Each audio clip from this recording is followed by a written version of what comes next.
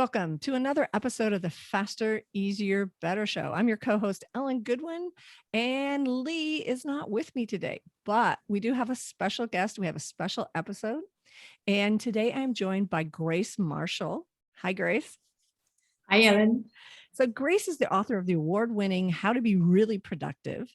She is known for her refreshingly human approach to productivity. She's been featured in The Guardian, Forbes, and HuffPost, and her work as a productivity ninja with global training company Think Productive has helped thousands of people to replace stress, overwhelm, and frustration with success, sanity, and satisfaction.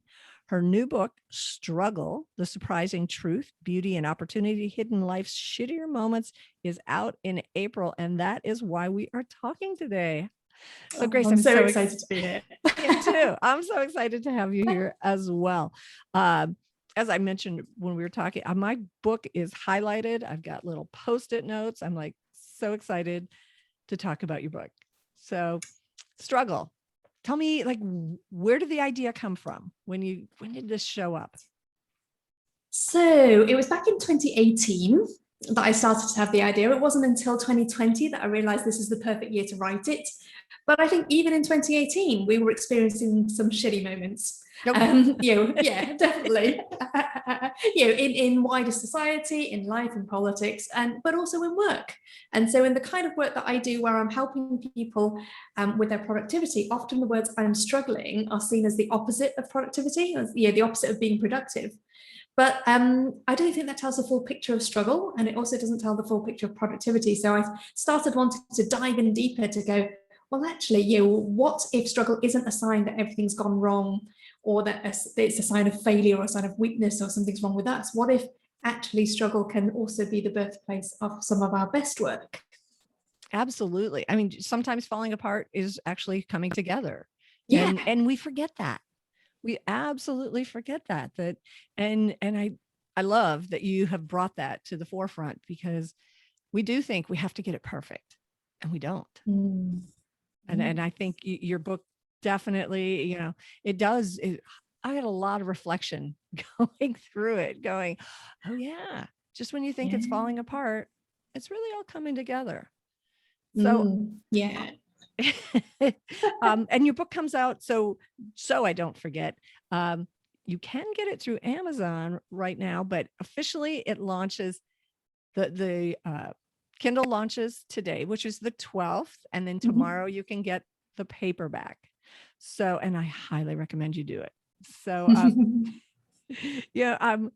I'm just going to go start with some of the Post-it notes I have, and I don't think they're real Post-it notes, actually.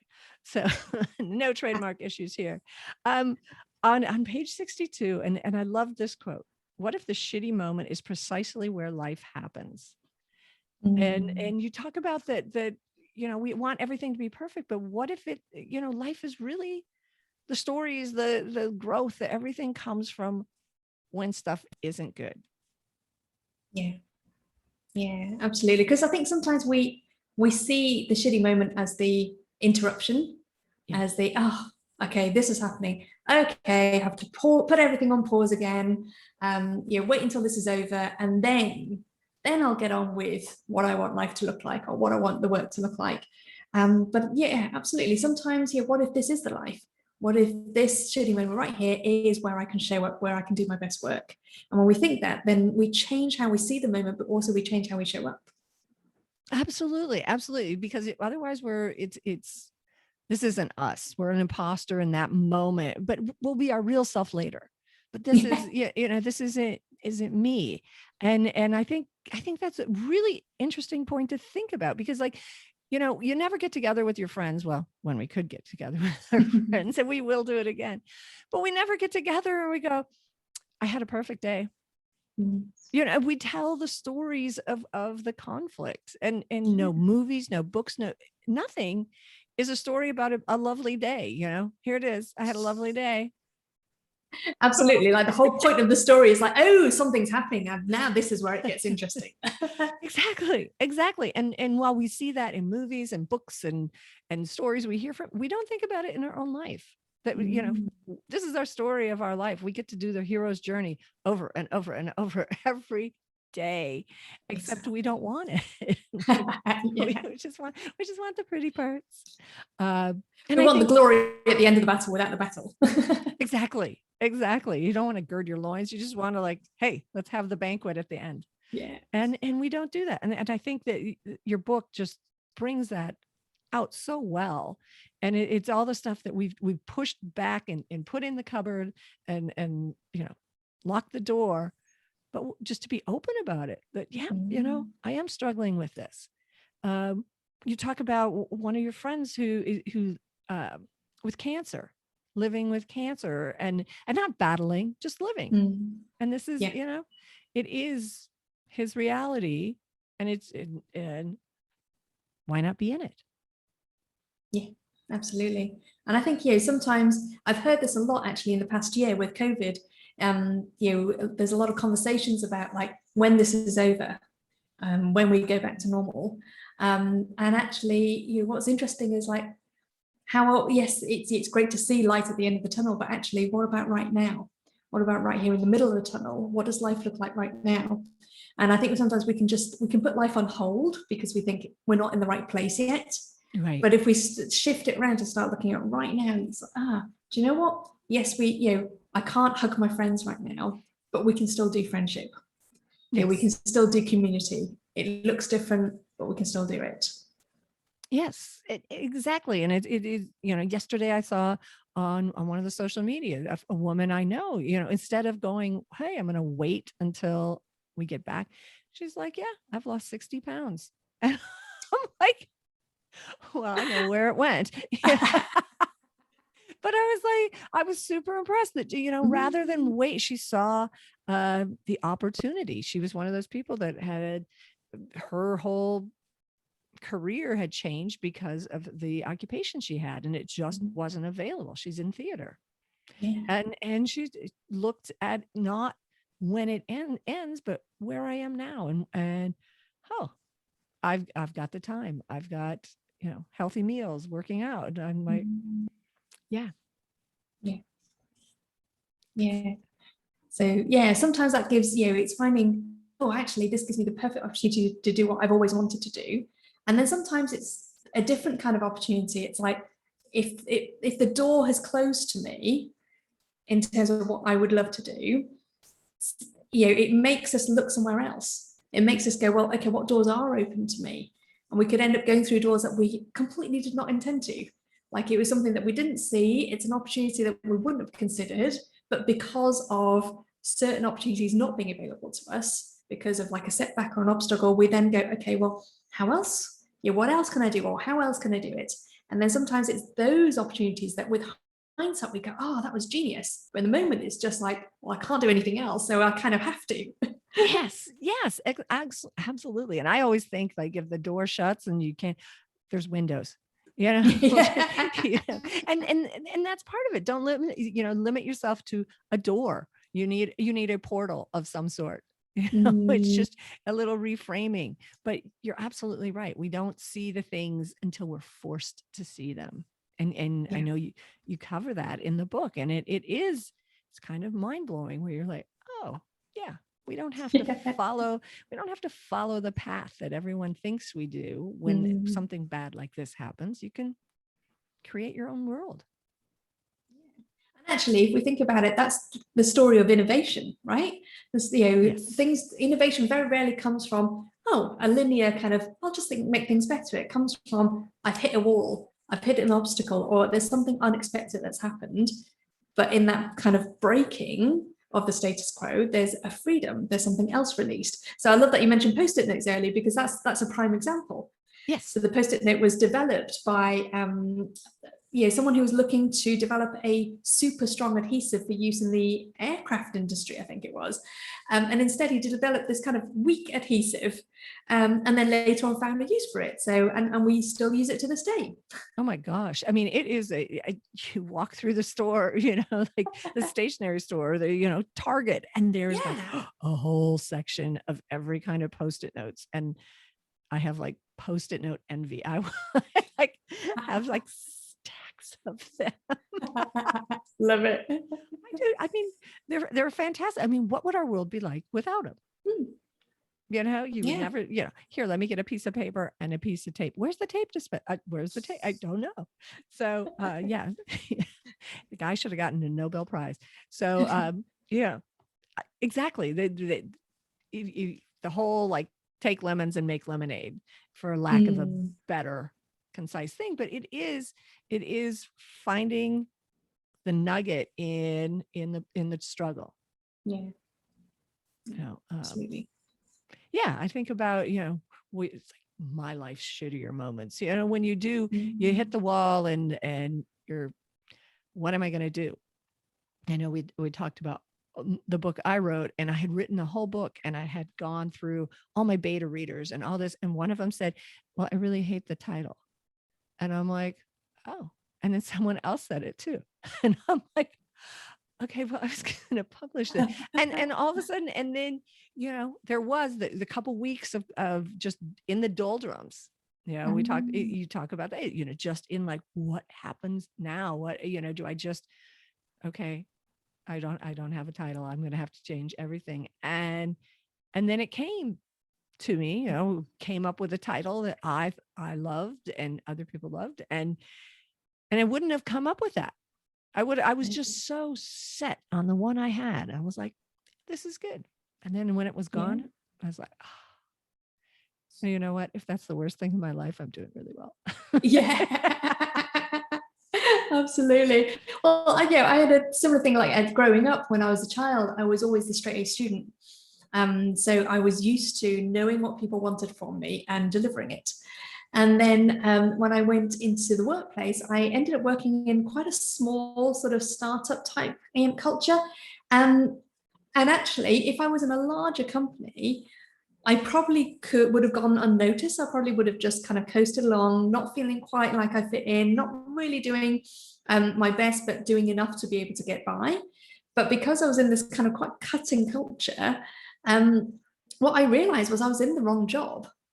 But it took a while to get there, because I was in this place of like, I can do anything, I can. So it was like, if I wasn't hitting the marks, like, right, tell me how to do this better.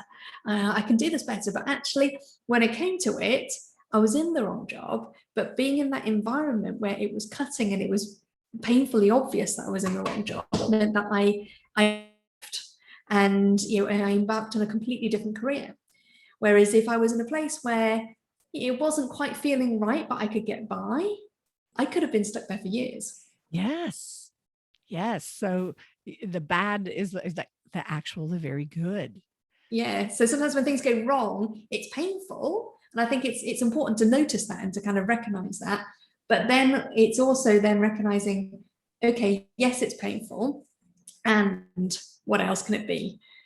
So it's, yes, it's painful. And it means I get to look at another title, or I get to consider another job, and and I get to look for another door, that kind of thing.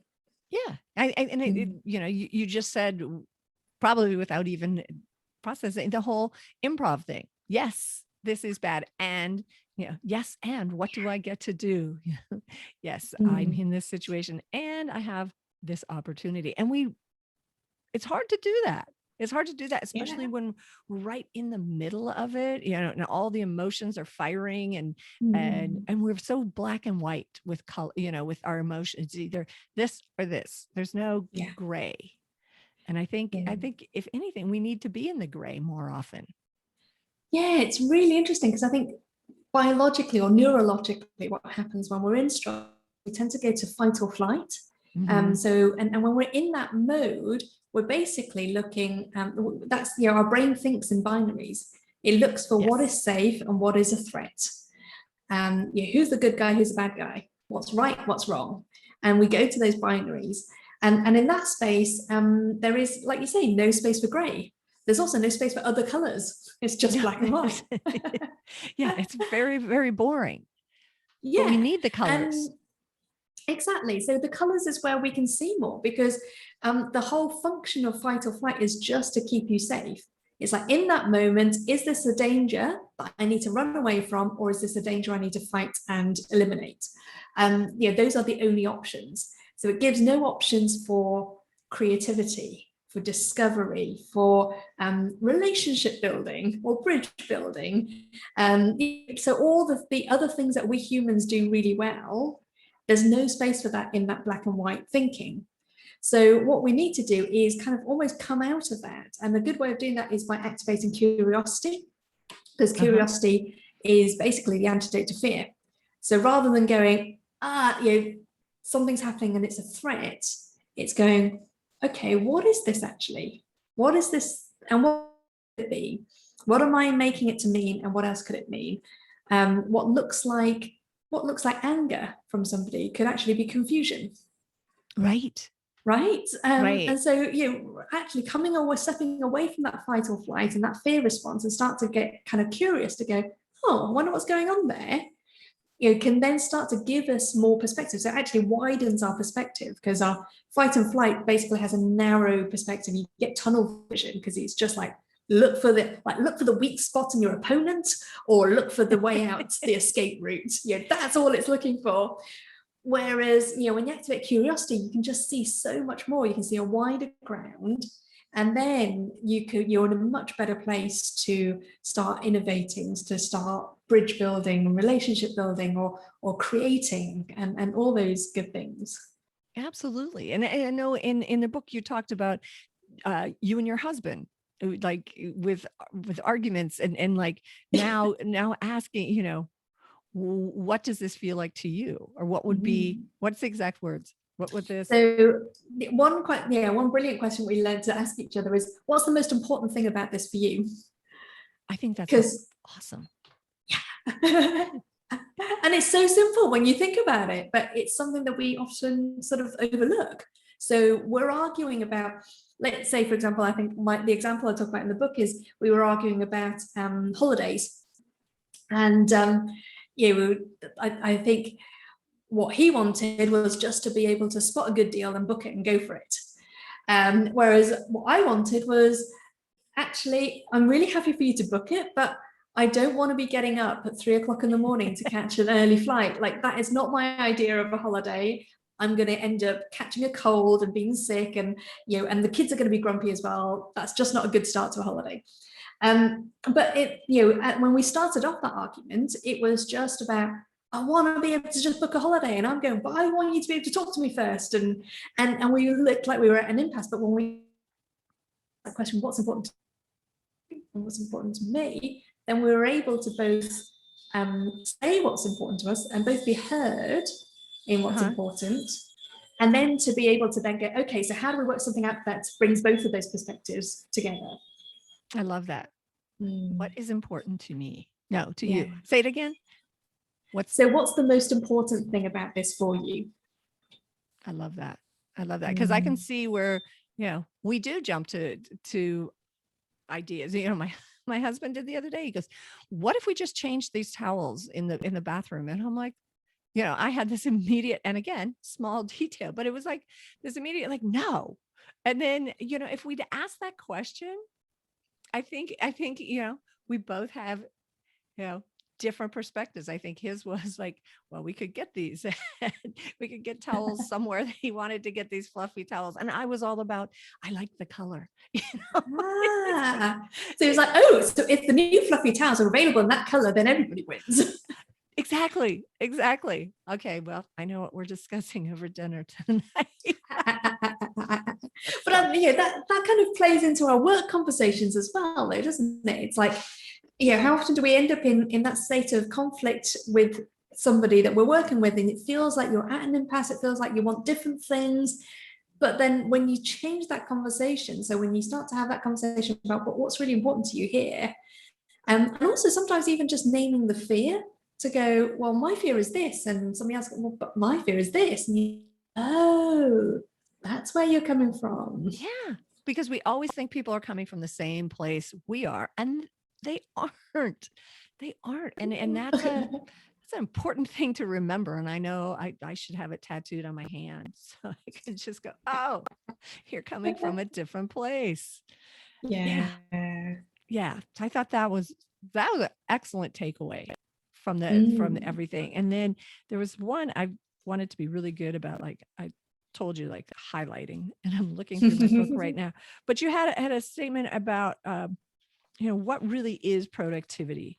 And it was, and then it looks like I didn't put a Post-it on it, so I'm not going to go through it. But I also loved, what mess do you get to play with today? Yeah. What Yeah. mess? Oh, I know. It was Peter Drucker. There is surely nothing quite so useless as doing with great efficiency what should not be done at all. Yeah, absolutely. So, because sometimes we can equate productivity to efficiency and think it's just about getting as much stuff done as quickly as possible, and that's when we're being really productive. But when we do that, we have that narrow focus again, and so then we stop asking. When we stop to ask, like, hang on a minute, am I just being really efficient about doing what I shouldn't be doing? Right. And that's pretty funny, because we talk, our podcast, we talk about productivity and efficiency. But I do think it's so important. Yeah, it's great if I can do this quickly, but what if I didn't have to do it at Yeah, all? exactly. Yeah, absolutely. And particularly when I think when we're struggling with something that is hard work, that's either really complex, really complicated, or just it's hard work because it's something new that we haven't done before. So writing a book is a really good example. When you're struggling to get the book written, if what you're aiming for is efficiency, you're far more likely to go, I'm going to check some emails, I'm going to reply to some quick things, I'm going to do some quick wins, because that means I'm moving forward, I'm making progress. Right. Right. And that's boxes. Exactly. Yeah. And that's like prime procrastination, because what you really need to be doing is sitting there writing your book. Exactly. Exactly. Yeah. Oh, look how productive I am. I'm productively procrastinating. No, you're not. You're just procrastinating. No one needs those Exactly. emails. No one needs. Yeah. Or you get involved in like conversations that you shouldn't be. So if you've been copied in on a conversation, and if you leave them to it, they'll probably work it out. But you go, oh no, I'm going to dive in, I'm going to get involved there. I've got an opinion and everyone should know it. Yeah, exactly. And all I'm really doing is deflecting attention away from the thing that feels really hard. Exactly. And it is the hard thing. And I've started doing, just calling things out. This is hard. That's okay. Much the same you would do it like a 3-year-old. Yeah, it is hard to do this. And I know you talk about that in the book, that we do a disservice to our kids when we, oh, I'll help you. I'll do it. Yeah, just things are going to be hard, and it carries through to adulthood. Oh, this is hard. So, oh, you know what? Let me go check the refrigerator and see if there's something I can go eat. Let me do this. The fridge fairies, did they show up? Because they never do, but I always keep hoping. But it is the hard stuff we do. I don't want to do it. And I think if we tell ourselves, it's okay, this is hard, but it's not always going to be hard. Yeah, because if we tell ourselves that it shouldn't be hard, then we make it harder. We take something which feels like something's gone wrong, and we go, oh, there's something wrong with me. And so that makes it infinitely harder. And I think that's the realization I came to in that parenting example, is if what I say to my kids is, here, it's not that hard, let me do it for you, then what they hear is, it shouldn't be this hard. So maybe there's something wrong with me if I'm struggling with it. So what they need to hear from me more than let me do it for you is, yeah, like you said, this is hard and it's okay, we can do hard things.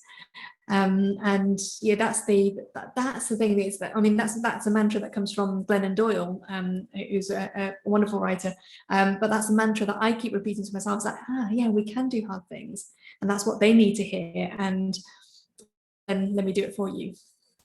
Right. And I think we get that too as adults. Yeah. And we, like if we're working with someone and they're like, I don't get this. Well, let me do it. And you should not be doing it. That's what you have this person for. Let them learn how to do it.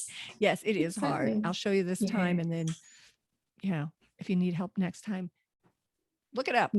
Yeah, exactly. I mean, the classic thing of like, that's the classic thing of what stops people from delegating, right? It's like, oh, it's quicker for me to do it myself than to show them how and let them get it wrong and let them work it out for themselves. It's just quicker for me to do it myself. But if you think, it's quicker for me to tie a 3-year-old's shoelaces, it probably is. But if that 3-year-old never learns how to tie their shoelaces and I'm still tying their shoelaces when they're 30, that's an then issue. That's an issue. Exactly. Yeah. Think of all the time that's taken me to do that. Yes. Yes. And we don't do that. We don't think that those terms, that if I show them 3 times and they have it, then I don't have to do it 300 times. That's it. Or even sometimes I'm not going to give you the answer right now. You go and work it out. So I think you can work this out. Take this amount of time. If you still haven't worked it out by this time, come back to me. And even sometimes that means they'll work it out, because their initial go-to might be, do you know what, I'm going to ask you because that's the quickest route to getting an answer. And if I think, like going back to productivity, if I think I'm being measured, my performance is being measured on speed, how quickly can I get things done, then my quickest route to achieving that is by asking you the question. Right. But if we change what we measure and when we change what we celebrate, and the conversations that we have from like, how quickly can you get this done, to what are you learning, for example, and we shift the focus onto, the whole point here isn't just to deliver quickly, it's to develop my competency or my capacity and to develop my skills and to learn how to do it rather than just to get the quickest answer. Absolutely. Absolutely. I think that's a beautiful definition, and one that we should all take to heart, whether we're working on our own or we're working in a business, look at what you're measuring and what you're learning. I think that's perfect. That's a perfect example. So, is there before we wrap everything up, is there anything else you want to share about the book? I think when you mentioned about productivity, there was also a bit where I talk in the book, and it's the bit where I talk about the art of letting your work breathe. So I wonder if that was if that was kind of one of the things that that you were maybe had a post-it note on. Oh, I'm sure you're let's see who finds it quickest. And I also loved, frustration is not an interruption at your process. Frustration is the process. Yeah, that's a quote from Liz Gilbert.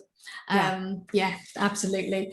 And and I love that. And the same thing with like irritants. So one of my friends is a chemist, and she reminded me, like, Grace, you realize a catalyst is essentially an irritant.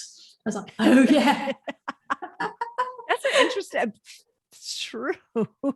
It's true, right? Yes. Yes. So next time something's like, if there's something that's irritating you right now, rather than going, oh, that's so inconvenient, and it's what if this is a catalyst?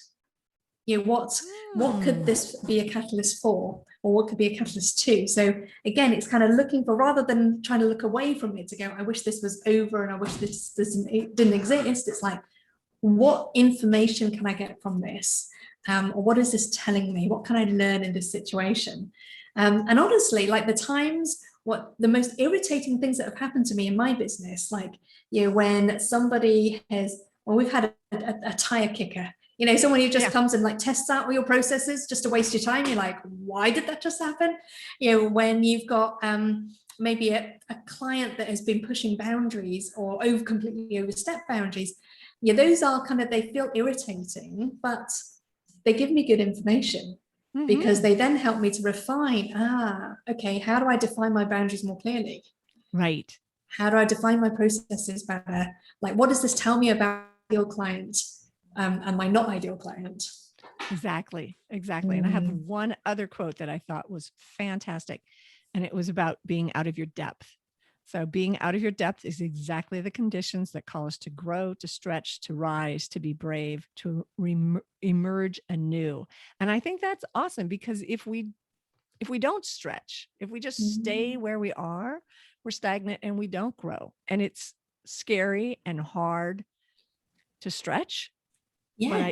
But it just brings in everything we've talked about.